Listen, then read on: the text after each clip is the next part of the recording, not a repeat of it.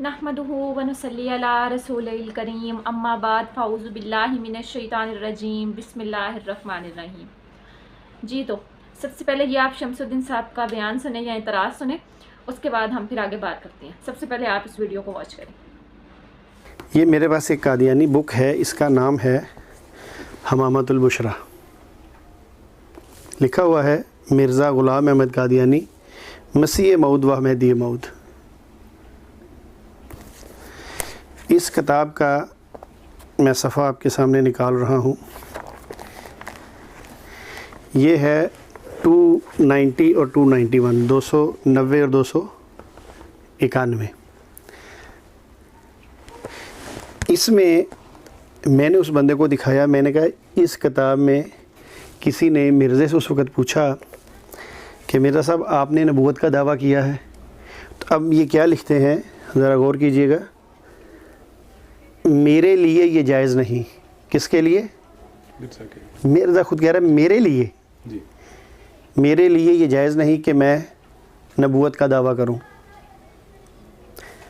और दायरा इस्लाम से ख़ारिज हो जाऊं। तीन बातें हैं, गौर से याद रखें।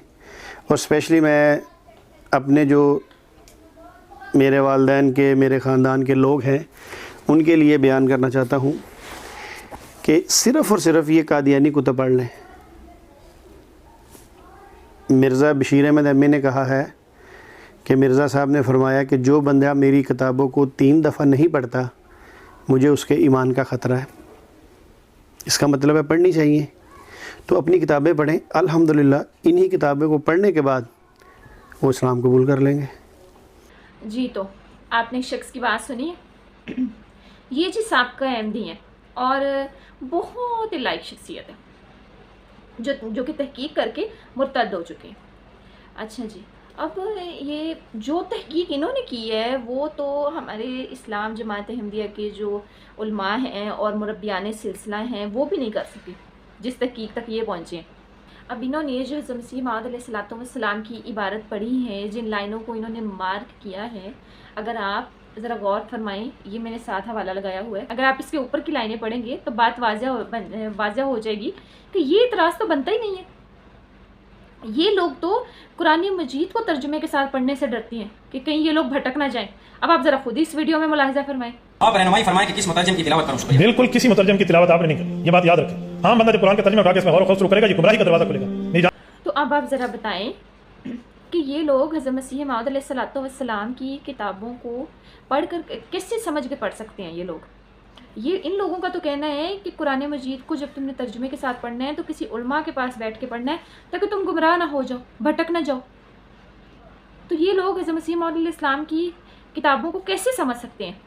ये लोग बस कुछ वर्ड मार्क कर सकते हैं, कुछ अल्फाज को ये चुन सकते हैं और उस पर एतराज़ कर सकते हैं, बस इससे आगे नहीं ये लोग कुछ भी कर सकते। और जो इबारत पढ़ के इन्होंने एक गलत नतीजा अख़ज़ किया है, वो जो ओरिजिनल इबारत है वो मैं आपको पढ़ के सुनाऊंगी। और ये साथ मैंने वो पूरी जो शिक है वो लगाई भी है, आप मुलाहिज़ा कर सकते हैं। फरमाया, उसी ने मुझे ये रुतबा अता फरमाया है। रुतबा कौन सा? यानी नबूवत का। बस मैं अल्लाह की अता और उसने जो मुझे अपने रिज़्क़ में से दिया उससे कैसे रद्द कर सकता हूँ? क्या मैं रब्बुल आलमीन के फैज़ से मुँह मोड़ लूँ? और मेरे लिए ये जायज़ नहीं कि मैं दावा नबूवत करूं और इस्लाम से खारिज हो जाऊं और काफिरों से जा मिलूं। जिस तरह ये इस शख्स के लिए जायज़ नहीं कि ये नबूवत का दावा कर दे खुद से, इसी तरह आप अलैहिस्सलाम ने फरमाया कि मेरे लिए ये जायज़ नहीं कि मैं नबूवत का दावा कर दूं खुद से। यानी कि उसने मुझे ये रुतबा अता किया है, उसने मुझे ये रुतबा और रिज़्क़ अदा किया है, तो मैं अल्लाह के रुतबे और रिज़्क़ को कैसे रद्द कर सकता हूँ?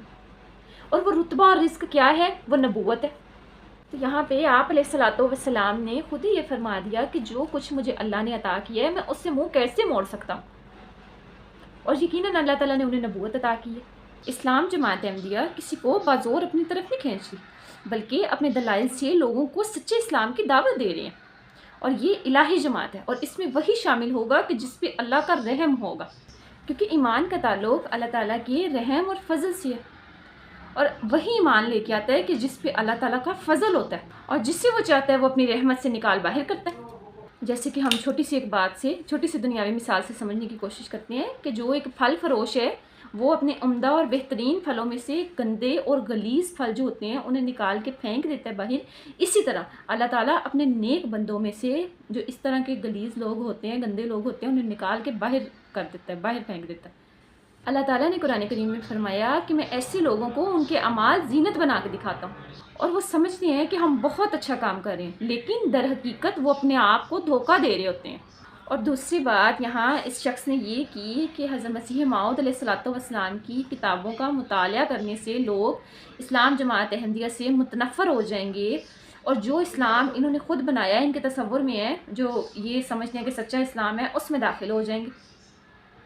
اب پاکستان میں تو اسلام کے نام پہ بے شمار کمپنیز ہیں، ان مولوی صاحب کو چاہیے تھا کم از کم یہ یہاں اپنے بیان میں یہ تو کلیئر کرتے کہ یہ کس کمپنی سے تعلق رکھتے ہیں۔ اگر واقعہ ہی لوگ حضرت مسیح موعود علیہ الصلوۃ والسلام کی کتابوں کا مطالعہ کر کے جماعت احمدیہ سے متنفر ہوتے تو یہ حلوہ خور مولوی آپ علیہ الصلوۃ والسلام کی کتابوں پر پابندی عائد کرنے کی بجائے اپنے فنڈ میں سے، جو یہ فنڈ لیتے ہیں، اس میں سے رقم خرچ کرتے اور آپ علیہ الصلوۃ والسلام کی جو اشاعت ہیں اسے گھر گھر پہنچاتے تاکہ لوگ زیادہ سے زیادہ اسلام میں داخل ہو سکیں۔ لیکن حقیقت یہ ہے کہ آپ علیہ الصلوۃ والسلام کی کتابوں میں اسلام کی وہ حقیقت ہے کہ جسے پڑھنا، پڑھ کے بیان کرنا یا پڑھ کے سمجھنا ان مولویوں کے بس کی بات نہیں ہے۔ آپ علیہ الصلوۃ والسلام کی لٹریچر سے تو یہ مولوی اس قدر خوف کھاتے ہیں کہ اپنے اسلام کے دفاع کے لیے، یعنی اپنی کمپنی کے دفاع کے لیے، یہ پھر عدالتوں کا سہارا لیتے ہیں۔ تو میرا خیال ہے کہ یہ بات ثابت ہوئی کہ لوگ آپ علیہ الصلوۃ والسلام کی لٹریچر کو پڑھ کے متنفر نہیں ہوتے، بلکہ ان کے ایمان اور تازہ ہوتے ہیں اور ان کا سچے اسلام کی طرف مزید رجوع ہوتا ہے۔ ان مولویوں کی آپ علیہ الصلوۃ والسلام کے لٹریچر پہ پابندیاں عائد کرنی یہ بات کو ثابت کرتی ہیں کہ وہ بھی جانتے ہیں کہ حضرت مسیح موعود علیہ الصلوۃ والسلام کی کتابوں میں کتنی صداقت ہے۔ جب یہ جاہل شخص جانتا ہے کہ پاکستان میں آپ علیہ الصلوۃ والسلام کے لٹریچر کو پڑھنے پہ پابندی ہے، حالانکہ ہونی نہیں چاہیے، کیونکہ ان مولوی صاحب کے بقول تو جو حضرت مسیح موعود علیہ الصلوۃ والسلام کی کتابوں کو 3 دفعہ پڑھ لے گا وہ تو اسلام میں داخل ہو جائے گا، اور یہ تو ان کے لٹریچر کو پڑھنے پہ پابندیاں عائد کر رہے ہیں، اور اگر پابندیاں عائد کر رہے ہیں تو اس سے تو مراد ہے کہ یہ اسلام کو پھیلنے سے روک رہے ہیں۔ تو کیا ان پہ 295C کا مقدمہ نہیں ہونا چاہیے؟ یہ لوگ تو اسلام کی ترقی میں روک بن رہے ہیں آپ کی کتابوں پہ پابندی لگا کے، اور کس اسلام کی ترقی میں روک بن رہے ہیں؟ جو ان کا خود کا بنایا ہوا اسلام ہے۔ تو اس شخص کو بھی چاہیے کہ اپنے جیسے جو اسی کے جیسے اور بھی علماء ہیں، مولوی ہیں، انہیں بھی کہے کہ پابندیوں کو ہٹائیں، اور پھر آپ بھی دیکھیں گے نتیجہ کہ لوگ متنفر ہوتے ہیں کہ یہاں احمدیت کو قبول کرتے ہیں۔